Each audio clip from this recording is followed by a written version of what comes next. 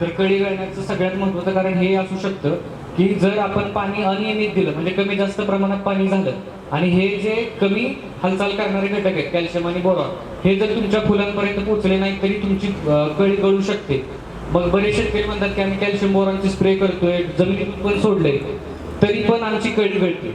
तर हे सगळ्यात मोठा इफेक्ट तिथं होऊ शकतो, हे पण त्यांनी दिलेलं आहे. त्याच्यानंतर आहे की फुलोरा म्हणजे सिंग कॉम्पिटिशन.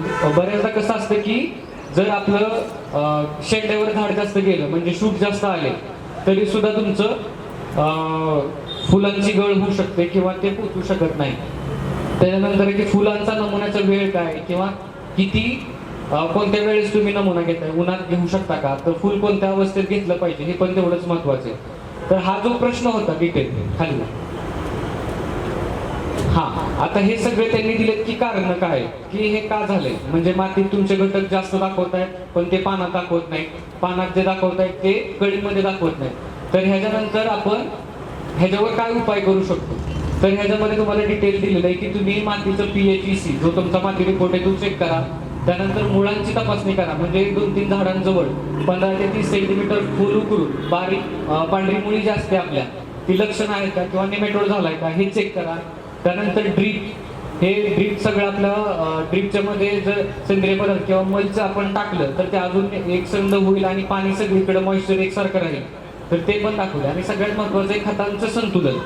मग ह्यासाठी सगळ्यात महत्वाचं की पोटॅशियम, कॅल्शियम, मॅग्नेशियम किंवा जे सगळी खते ह्यांचं आपण बॅलन्स प्रमाणात माती परीक्षण रिपोर्टनुसार किंवा पांडेक परीक्षणानुसार जे देतोय खत, तर ते देतोय का, ही सर्व माहिती तुम्हाला त्याच्यामध्ये मिळू शकते. आणि ह्यातून अजून डिटेल आहे की मर्यादित आणि जे लक्षणात्मक ज्या अन्नद्रव्यांचा अडथळा आहे किंवा त्यासाठी आपण जर आपलं कॅल्शियम बोरॉन कमी दाखवते तरी ते ड्रीपनं आपण कसं देऊ शकतो, किंवा जर फुलगळ किंवा फळगळ वाढले असेल तर ह्याच्यात हवामानाचं सुद्धा रोल आहे की जर वातावरण कमी जास्त झालं, जास्त ऊन पडलं, थंडी पडली, तर ह्या टायमिंगला सुद्धा तुमचा फुलगळ किंवा हे सिम्पटम्स तुम्हाला दाखवू शकतात. हे त्यांनी एकदम डिटेलमध्ये दिलेलं आन्सर आहे. तर किती शेतकऱ्यांना वाटतं यातलं आन्सर, म्हणजे आपण जो प्रश्न विचारला होता त्यातून तुम्हाला ह्याची माहिती मिळाली किंवा ह्याच्यामध्ये अजून तुम्हाला काय वेगळी माहिती पाहिजे किंवा तुम्हाला काय ह्याच्यावर अजून ह्याच्या पुढं म्हणजे काउंटर प्रश्न तुम्हाला जर काय विचारायचे असतील तर तसंही तुम्ही विचारू शकता. म्हणजे हे समजतंय का तुम्हाला की ते कसं आपल्याला हा खूप अवघड प्रश्न विचारला, तर ह्याच्यानंतर आपण एक साधा प्रश्न, तुमचाच प्रश्न घेऊ आणि तो प्रश्न टाकून त्याचं उत्तर कसं देते ते तुम्ही सांगू शकता. एक प्रश्न कोणताही तुमचा सांगा. द्राक्ष, डाळिंब, खतांचं नियोजन असेल, पाणी नियोजन असेल किंवा माती परीक्षणाचा अहवाल आहे तो समजून सांगायचा असेल, कुठलाही एक प्रश्न तुम्ही देऊ शकता. सो इथे प्रश्नांचा जोपर्यंत विचार करताय तोपर्यंत मी सांगतो, आपण याला कलर कोड केला. हिरवा म्हणजे जैविक उपाय जो तुम्ही आत्ता करू शकता. ऑरेंज म्हणजे थोडासा जैविक अधिक केमिकल मिक्स करून, आणि माझी परिस्थिती खूपच म्हणजे वाईट आहे आणि मला जैविक करून, कारण जैविक गोष्टीला वेळ लागतो होण्यासाठी. तर आपत्कालीन परिस्थितीत काय करायचं ते लाल ह्याच्यात दाखवतो. तुम्ही बघितलं असेल तिथे हिरवा एक रंग होता गोळा, मग ऑरेंज होता, तर केशरी आणि मग लाल. तर आता तसं त्याला कोड केलेलं आहे, म्हणजे शेतकऱ्याच्या पण लक्षात आलं पाहिजे की बाबा आता माझ्या शेताची परिस्थिती असेल तर याच्यातला कुठला निवडू. जर माझ्या लवकर लक्षात आलं की काहीतरी अडचण आहे तर जैविक निवडू शकतो, नाहीतर मी लालकडे जाऊ शकतो. ठीक आहे. आता बघा वरती घेता का जरा, म्हणजे वरचा आधीच उत्तर दाखवलं. हा वरती घ्या थोडस, आणखी वरती, हा थांबायचं वरती थोडस. इथे बघा तिसऱ्या त्यांनी कंसात काय लिहिलंय, हवामानानंतर मी अचूक कृती देईन. म्हणजे वरती आपलं टाकताना काहीतरी गोंधळ झाला होता. हा बरोबर आहे. म्हणून मी काय केलं, त्याला खाली तुमचं डिस्कशन चालू होतं तोपर्यंत मी काय केलं, लोकेशन टाकली. परत जा खाली जा आणखी, म्हणजे इथे मी टाईप केलं होतं ना एक प्रश्न, तो वरती गेला का? हा वरती वरती, हा वरती घ्या. माझा प्रश्न तिथे मी लोकेशन बी टाकली होती. हा बस बस. इथे मी काय केलं, परत लोकेशन व्यवस्थित टाकली, गाव म्हसवड, तालुका माण, जिल्हा सातारा. त्यांनी तिथलं हवामान घेतलं 72 तासाचं. तुम्ही चेक करा मोबाईलवर, बरोबर आहे की चुकीचं आहे, तुमच्या हवामानाचा अंदाज काय आहे. आणि आता त्यांनी उत्तर कसं दिलंय बघा, खाली घेता का आता,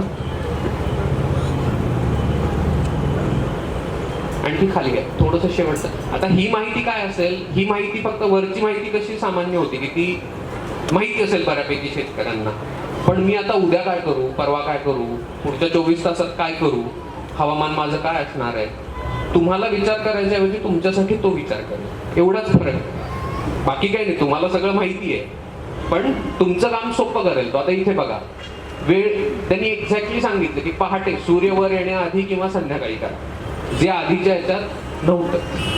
त्याचं कारण काय, टेम्परेचर किती पाहिजे, आर्द्रता किती पाहिजे, कारण त्यांनी त्या लोकेशनवरून हवामानाचा अंदाज घेतला आणि तुम्हाला स्पेसिफिकली सांगितलं की पुढच्या 72 तासामध्ये तुम्ही या कृती करा. ठीक आहे.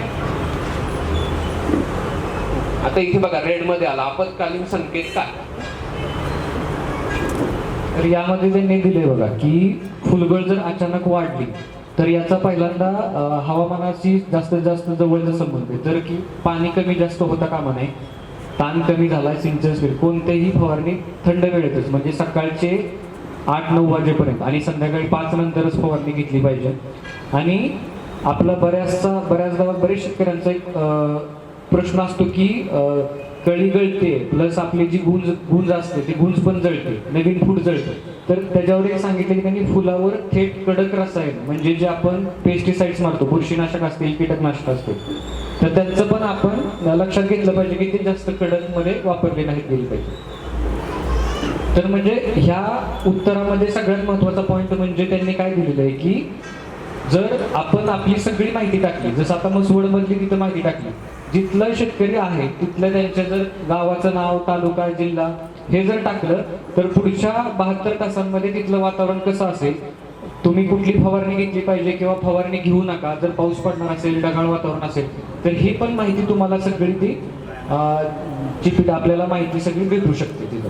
हा अजिंक्य हा मुद्दा सांगा 5. हा आता हे पुढचं, त्याच्या पुढे त्यांनी काय प्रश्न विचारला आपल्याला की आपल्या बागेमध्ये जसं जर आता ज्या वेळेस आपण हे इन डिटेल म्हणजे आपण इन जनरल विचारलं की असं का होऊ शकतं, पण जर अजून आपल्याला स्पेसिफिक उत्तर पाहिजे असेल तर आपण काय करायचं की इथं आपल्या माती परीक्षण जे केलेलं आहे तर त्या माती परीक्षणचा रिपोर्ट, मग त्यांनी काय सांगितलं की हे 5 आकडे खाली जे दिलेले आहेत त्याची मला माहिती द्या, मी तुम्हाला अजून डिटेलमध्ये ह्याचं उत्तर देऊ शकतो. तर पहिला आकडा आहे की तिथं सॉइल मध्ये म्हणजे तुमचा आपल्या जमिनीचा पीएच, EC किती आहे आणि ऑर्गॅनिक कार्बन किती आहे, त्यानंतर वॉटरचा तुमचा EC आणि बायकार्बोनेट ह्याची व्हॅल्यू पाहिजे. पेट्रोलमध्ये म्हणजे तुमचं ज्यावेळेस पानदेट परीक्षण करतो तर त्यामध्ये NPK, कॅल्शियम, मॅग्नेशियम हे जे घटक आहेत ह्यांचं तिथे अनालिसिस पाहिजे. आणि ज्यावेळेस फ्लॉवरमध्ये टेस्टिंग केली तर त्याच्यामध्ये फ्लॉवरमध्ये जास्त करून कॅल्शियम, बोरॉन आणि झिंक हे 3 घटक जास्त प्रमाणात असतात.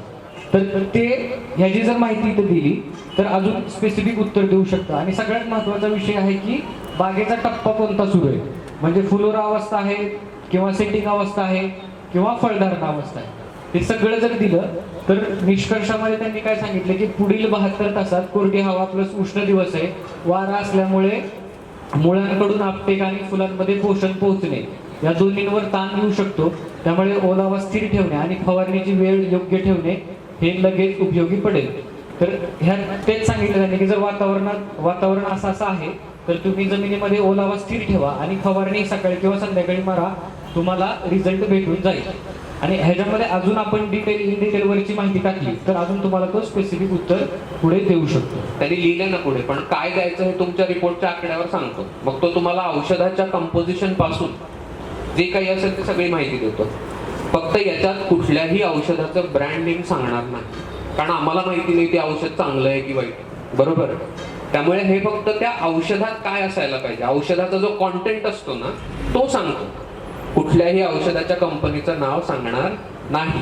त्यामुळे तशी अपेक्षा याच्यात ठेवू नये, कारण यांनी नाव सांगितलं ते तिकडे आपल्याकडे कामच करत नसेल ते औषध, काही झालं शेतात तर विनाकारण आमची कृषी क्रांती बंद हा त्या क्रांतीची काही चूक नसताना. म्हणून आपण काय केलं, त्याला सांगितलं की औषधात काय काय असायला पाहिजे हे सांग.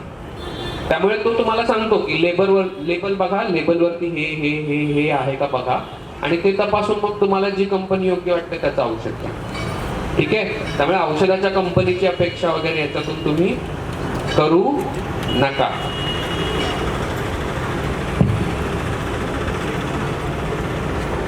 याच्यामध्ये अजून एक आहे की सर म्हणतात की कंपनीचं